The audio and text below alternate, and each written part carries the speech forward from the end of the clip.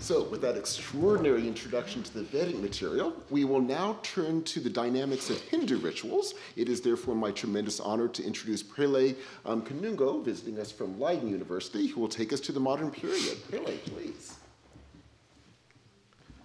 Well, first of all, I thank Professor Cheng for inviting me. Well, in a way, taking the risk of inviting a novice who doesn't really know China very well, but it's a conference of the scholars on China. But perhaps, she thought that I would give some Indian perspective. And again, it's a big challenge to be the second speaker, right, after Professor Malamu. So I am inviting all risks, and well, I love taking risks. This is on text, context, and practice, the changing dynamics of Hindu rituals. Well, what I intend to do here is, first I briefly introduce the India-China connection, civilizational as well as contemporary. Well, it's quite huge, but I just give a brief introduction. Second, broadly outline the contour of Hindu rituals with some illustrations. Third, I would like to refer to, I dumped what I did. After listening to you yesterday, I reworked on my presentation to fit into this conference, the theme of the conference. So I'll very briefly respond to certain questions raised yesterday. And finally, which is my specialization, I'll talk about politics of rituals. So this is the broad kind of outline of my presentation. Well, this is the civilizational connection.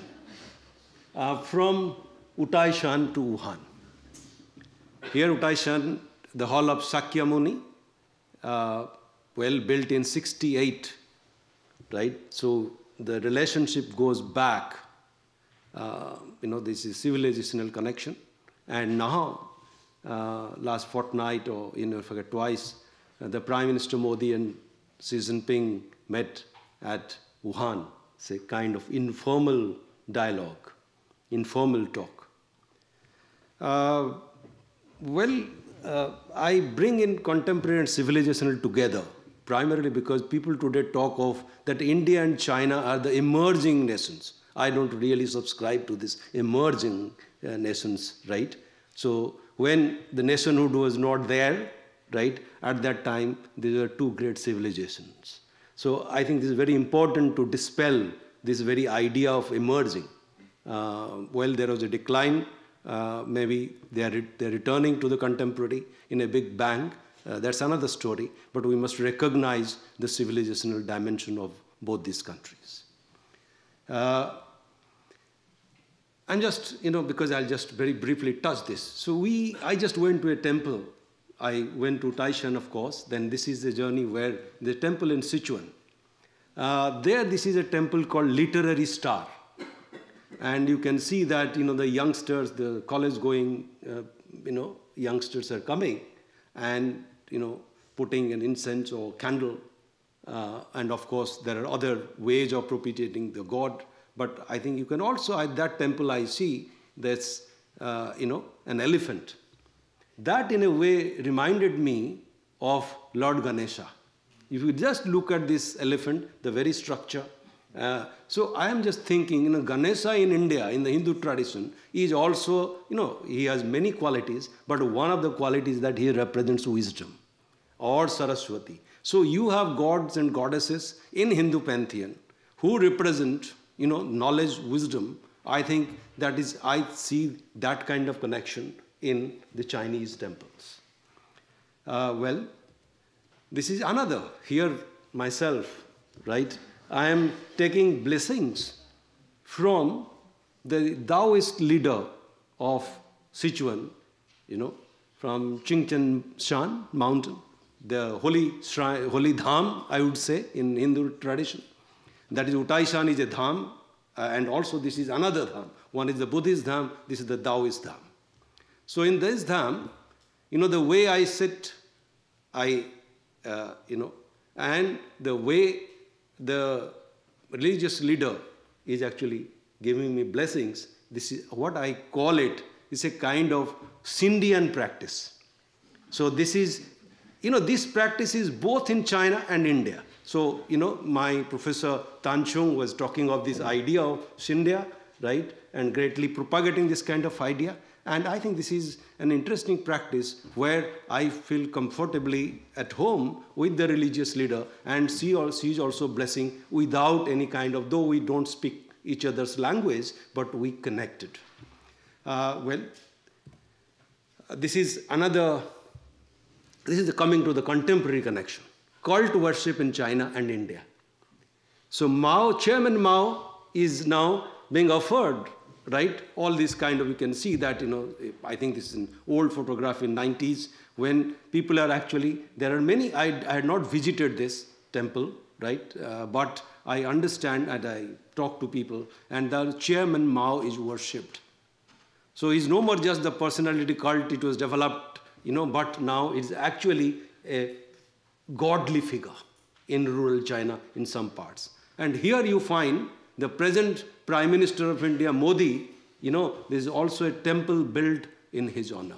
So the strong leader has the kind of, has the power he amasses, right? And people feel that, there is no God on earth, right? But they can depend for their welfare, right? And they can pay their obeisance, later and by respecting. Well, China and India are so close, yet so different. While China is passionate about harmony, India lives with chaos. While China is obsessed with unity and homogeneity, India cannot survive without recognizing and celebrating plurality and diversity. In fact, India's motto, that's why, is unity in diversity. If India pushes too much of unity, then India is likely to disintegrate. While China's empire-building experiment was a great success, India's empire-building experiment was intermittent and not really successful, very short-lived. So India has Mauryan Empire, Gupta Empire, couple of empires, but they really didn't live long. India is multi-religious, but Hinduism is overwhelming with 80% of followers. Yet, the number of Muslims and Christians is significant. This is very important because India has the second largest Muslim population in the world, close to 180, 90, million. And similarly, India's Christian population is more than Australia's population. So let the number not really, or the percentage should not really mislead, right? This is very important. And they also play an important role, significant influences in polity, society, and economy. Unlike other world religions, Hinduism doesn't have a single text. This is very important. A single God, a single church. That is the uniqueness of Hinduism. And the difference again, that while China is reluctant, in fact struggling even to recognize religion, religion is all pervasive in India. So while looking at the similarities, right, Chinese government also understand, Chinese state understand that, religion is very important, but they are reluctant at this stage. The second part, now talk of rituals. Well, I think enough has been said, but certain things I would repeat a little. Hinduism doesn't grant supreme importance to a single scripture. We listened about Vedas, but I agree that, Veda has two. The earlier Vedas are called Shrutis. The latter Vedas are called Smritis. And Smritis are less authoritative because they are memorized. They are not directly coming from God to the sages. So Vedas, of course, has the exalted status, but everybody doesn't really subscribe to the Vedas. Moreover, scriptures by themselves are never sufficient, even necessary in religious life. There are scriptures, but you can be a good Hindu, right? A devout Hindu without following any scriptures. So there are Shastras, as mentioned by Professor Malmuth, but there are also Vyavahar. So religion has these two dimensions, textual, non-textual, or practical, right? So practice is more important. So what I see is that lived Hinduism or Hinduism in practice scores over textual Hinduism. Well, rituals are also contextual, local, regional, national, and global. And all these layers are important. In fact, sometimes local contexts are very strong. And people can forget about national and others, right? And they just celebrate the local context. So context, text, of course, is important, but context perhaps in many cases more important when most of the population are not literate, they don't really relate to the kind of text. So they go by the context and practice. There are various types. Samskara was mentioned here. I'm not going to that. As mentioned again, I repeat that for Hindus, ritual is a duty or dharma. Dharma can be religion, dharma can be righteousness, dharma can be duty. As mentioned by Professor Malmuth, it's duty. Actually, it's duty in case of ritual. So in Sanskrit terms, you have yajna, sacrifice rituals, utsava, festivals, tirthayatra, pilgrimage, seva, worship. Seva is also a kind of ritual. Brata is vow. Raj tilak, coronation. Coronation is very important in the Indian context, particularly when talking of ritual politics. Ashwamedha, victory, winning the territory. So, yes, there was a mention of the territory, how territory is really important as a ritual. So, Ashwamedha in the Vedic period, later Vedic period, and today, of course, you have different kind of, territorial rituals. I'll come to that. Well, looking at different characters, features of the rituals are on the move. Rituals constantly reconfigured, transformed, reinvented. So they're never static. Well, they're not really losing the core element. They retain the core element, but they can be, redesigned depending on the context. Rituals are undergoing rapid transformation, particularly in the contemporary context of migration, urbanization, and globalization. So, rural and urban, when Hindus come from rural part to urban part, you find the rituals do change because they have to survive in a different context. So they have to adapt the new situation and the context. Well, Hindu self. There is again a lot of references that Hindu selves differ again in different contexts because Hinduism is eclectic. Hinduism is adaptive. Hinduism is innovative. So different social groups attempt to create different kinds of what you call cultural heritage, retain that kind of heritage in multiple ways. There is no single way of, in a way there is less uniformity or standardization. There have been attempts to standardize, but this standardization really doesn't work, looking at the diversity and plurality of Hinduism. So rituals enable social agents to imagine historical and social continuity and rootedness while simultaneously responding to and legitimizing change. Rituals are performative and theatrical, more theatrical in Hindu rituals, I would say. Rituals represent different genres, mainstream and marginal. So while we are talking of Shastric, rituals, as mentioned, they are important, but in the margins today, there are many Hindus. Say for instance, I would give you example, the tribals, or we call tribals, but indigenous population, or the Adivasis. right? They have very strong rituals, rooted in their kind of context. And they do, you talk about the sacrifice. Perhaps the sacrifice you are questioning, this sacrifice is very different. Sometimes they used to sacrifice animals and other kinds of, sacrifice by the indigenous communities. Then today, what we see is a kind of de-ritualization. That is again by the Hindu leaders.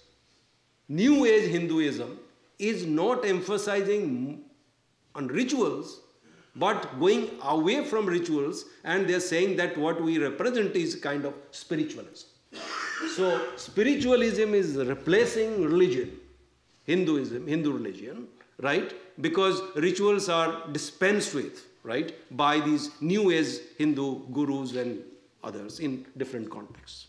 Because that's more attractive proposition today, and appealing to a particular class, the mobile class and so on. Well, just reflect on certain, because this god called Jagannath, located in Puri, my home state, that's why I brought in, because this god, you look at the, the design of this. This is an indigenous god, it's a tribal god. You can look at the shape, right? It's unfinished, right? And various stories, but you can see that all life cycles, everything from morning to night, right? Every hour, rituals are performed in this temple. What kind of breakfast? What kind of lunch? What would be the drink? God will sleep, take a nap in the afternoon, right? So if you look at the rituals of this temple, that give you entirely the rituals of the everyday rituals of Hindus, right? But God is a privileged being, right? So he had this kind of food, elaborate food, which common man doesn't get. But all the rituals are performed in the temple. Then this Rath Yatra is very important, that you can see that it's a God's day out, but this is again unique, that God is moving out of temple to meet people, to greet people. Because those who cannot have a glimpse of God inside the temple, many were denied to enter the temple, they have now a chance to meet the God, right? So you can see that this is a ritual, that the king becomes a sweeper. So before the Lord goes out, he has to sweep the floor. So this is also again a tradition that Hinduism is saying that, look, you are not, the king has to submit to the God. So this is again very important. Well, I come to the public spectacle and political theatre. This is the Ganges, bank of the Ganges. You can see the performative part of these rituals. Every evening it becomes a huge spectacle. Yes. And you can see Prime Minister Modi. I brought him there because he represented the parliamentary constituency of Benares. So Benares is the holy city of Hindus, located in the banks of the Ganges, and you can see that it is just a spectacle, but with Modi, Prime Minister Modi, the Japanese Prime Minister is standing. So Japanese Prime Minister is the guest who is also performing this arati, the puja, the worship of the river. So you can see the huge spectacle. So he represents this political constituency, and when he contested from the parliamentary constituency, he said, Ganga Mane Bulaya hai. That means I was called by the river Ganges. River Ganges is the mother. So the call of the mother, I have come to represent the people. So you can see that how rituals could be used for a kind of public or political goal. Well, he won hands down, right? And well, some comments very quickly that Hindu rituals and Liji rituals were the prescribed. Few of the things, I just took down yesterday. There's a Michael Eng has suggested that, like this pre-civilized and civilized. I wanted to raise this question that, that may be there in the Liji, But in Hindu, as I understand, Professor Malmud will correct me, that there is no, it seems that, the relation, the communication, the moment the communication between human being and God started, at that time human being became civilized. It's not that, like that, somebody will come with a text and make you civilized. So invention of fire, fire is the means of communication between human world and the, and the God. So I think that is one part. Music of no sound, I contest. In Hindu religion, it is the sound of music. Yes, because everywhere, all the periods of history you see, or the Bhakti period, any period, music is very, very important. Even if there is a moment of silence. Somebody yesterday was talking of rhythm, right? Rhythm and music. So if you are silent, again also, that sense of music remains, right? And after all, it is claimed that the creation began, the universe began with the powerful sound of Om. So Om is the beginning of this universe. So sound is very important. Moments of silence, quiet meditation is of course important, right? But death rituals, as the chair mentioned yesterday, that, like Confucian prescription, as I understood you correctly, if at all, are merely, not just merely symbolic, but substantial. The son takes over the role of the deceased father. So that's also, again, I think, important in the, in both the context. Well, wedding rituals, there are some, Professor Yao actually started with, he encouraged me to really rework my presentation, right? Because, he started with, a kind of exciting note. So I am questioning, there is law, constitution, this is happening, but outside the constitution, beyond the constitution, there is also another world of wedding, which I took this photograph on the Great Wall, right? So, of China. So there is also celebration. This is also ritual, I understand, right? It's outside the domain of the state. And this is this ritual that, which is again legal, because we took some points, I can't respond to everything, that the 7, kind of circles you take around the fire. This is also very much legal here in the Hindu context, okay? I stop here. This is new territory, again. You can see that how Indian map and with Bharat Mata, right? So you find that way the nationalism is reconstructed in the present context, and there's a temple for this Bharat Mata. Okay, I just stop here. Then I'm last, ritualizing war and violence. This is called Shastra Puja. Like you can see that Prime Minister Modi is, worshipping guns, right? So this is again a ritual in the present context. This is militant Hinduism and ritual politics.